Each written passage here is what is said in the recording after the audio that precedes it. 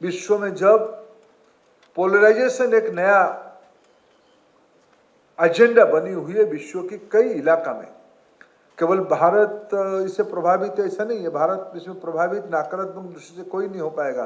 कुछ लोगों के मन में कभी कभी पड़ोस की मॉडल से थोड़ा उत्साही होते हैं, किसी को लग रहा होगा भारत की जेन जी भारत की व्यवस्था को ही तोड़ सकता है, वो भ्रम में है।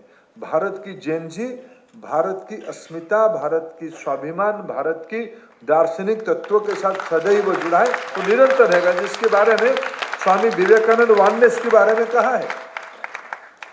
मित्रों, आज विश्व में कोई भी देश उठा के देखिए, कोई भी कॉन्टिनेंट को उठा के देखिए, असहिष्णुता, इनटॉलरेंस बढ़ रहा है। उसकी रूप अलग हो सकता है, कहीं रेस के नाम पे होता है, कहीं लैंग्वेज के नाम पे होता है, कहीं रिलीजन के नाम पे होता है, कहीं इकोनॉमिक इम्बैलेंस के नाम पे होता है। ये शायद मनुष्य की वैज्ञानिक और औद्योगिक उपलब्धि का ये भी हिस्सा है। अर्थनैतिक प्रगति होने से डिस्पैरिटी बढ़ेगा, विभेद बढ़ेगा, ये शायद एक थ्योरी मान चुके हैं। लेकिन इस सारे को विवेकानंद जी ने वेदांत को उद्धृत करे, कोई विवेकानंद जी अपने मन से नहीं कहे हैं।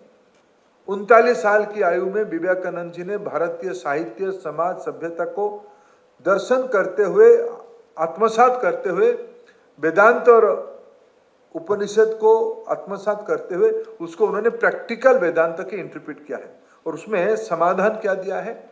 हमें सभी चीजों को जोड़ के देखना पड़ेगा, होलिस्टिक देखना पड़ेगा, वननेस के साथ देखना पड़ेगा, तब हमारी जिंदगी सार्थक होगा। जब हम लोग वन नेशन वन इलेक्शन की बात कहते हैं, जब हम लोग वन नेशन वन डाटा की बात कहते हैं, जब हम लोग इस देश में वन नेशन वन टैक्स की व्यवस्था करते हैं, कुछ लोग अपने नासमझ के कारण उसको एक राजनीतिक अवधारणा में पोलराइज करते हैं। आज प्रधानमंत्री नरेंद्र मोदी खुद को कहते हैं कि भारत की सभ्यता आधारित एक शासन प्रणाली हम लोगों ने दिया है। यह विचार जिसको 19वीं सदी के अंत तक स्वामी विवेकानंद जी ने तब अनुमान करे, कहां कह रहे थे? जाके लंदन की सिटी में कह रहे थे। जिन लोगों ने हमको लगभग 200-250 साल पराधीन करके रखा, उनकी छाती के ऊपर कह रहे थे भारत की ये चरित्र है, भारत ऐसे बनने वाला है, भारत के बारे में ऐसे हम सोचते हैं, क्योंकि ये वेदांत हमको दर्शाती है। मित्रों, रेनेसांस की कई शेड्स रहते हैं।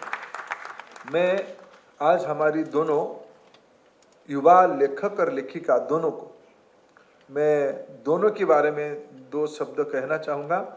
निखिल अत्यंत नम्र है। उन्होंने क्या कहा कि हम हरियाणा के लोग कुश्ती करते हैं।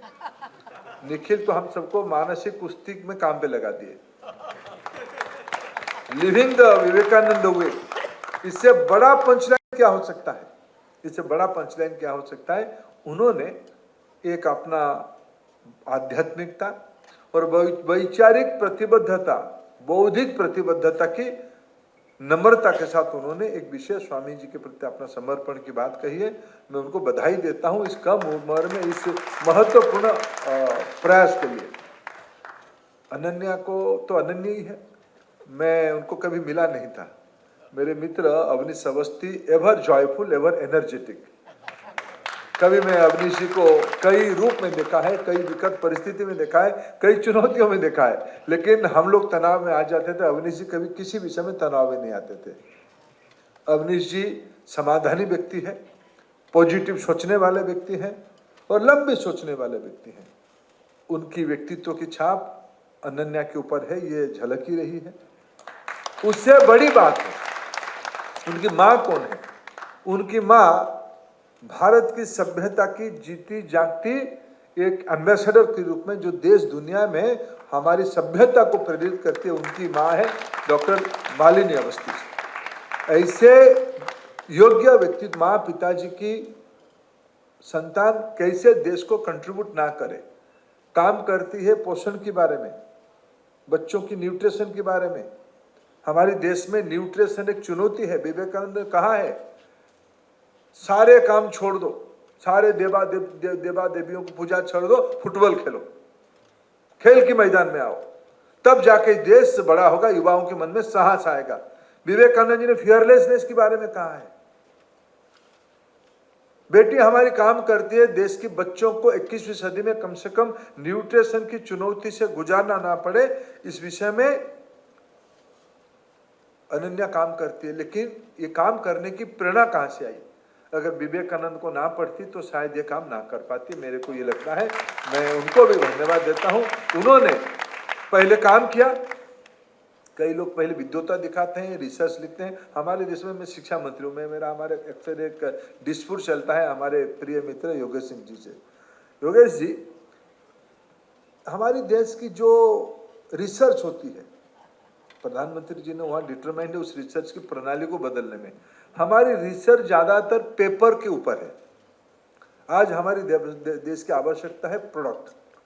हमें हमारी सहजता के लिए उपलब्धि चाहिए, वस्तु चाहिए। हम कितने दिन हमारी भारत के बच्चों की बौद्धिक पराकाष्ठा से दुनिया की प्रोडक्ट लाइन बनती है, उसमें से हम लाइसेंस लेके भारत में बना के हम कंज्यूमर बनते हैं। हम कब प्रोड्यूसिंग इकोनॉमी बनेंगे? हम भारत में प्रोड्यूसिंग इकोनॉमी बननी है तो हमारी रिसर्च की फंडामेंटल्स को ठीक करना पड़ेगा। मैं अनन्या में एक झलक देख रहा हूँ। पहले उन्होंने प्रोडक्ट बनाई, पोषण को मैं प्रैक्टिस किया, उसके बाद उसकी प्रेरणा जहाँ से ली थी उसको एक फिलोसफी के रूप में लिविंग द विवेकानंद वे करके लेके आया। ये जो कल्पना है किताब में, मैंने कहा 2 विषय में किताब के ऊपर आकर्षित, उसकी टाइटल लिविंग द विवेकानंद वे। पहले दोनों ने लिव किया, ये कोई ऐसे प्रवक्ता नहीं बन गए, किताबी पढ़ाई करके नहीं बन गए। ये विवेकानंद क्या विवेकानंद केंद्र।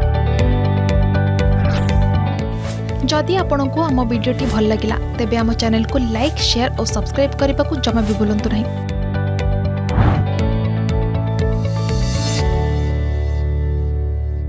की एक्टिविस्ट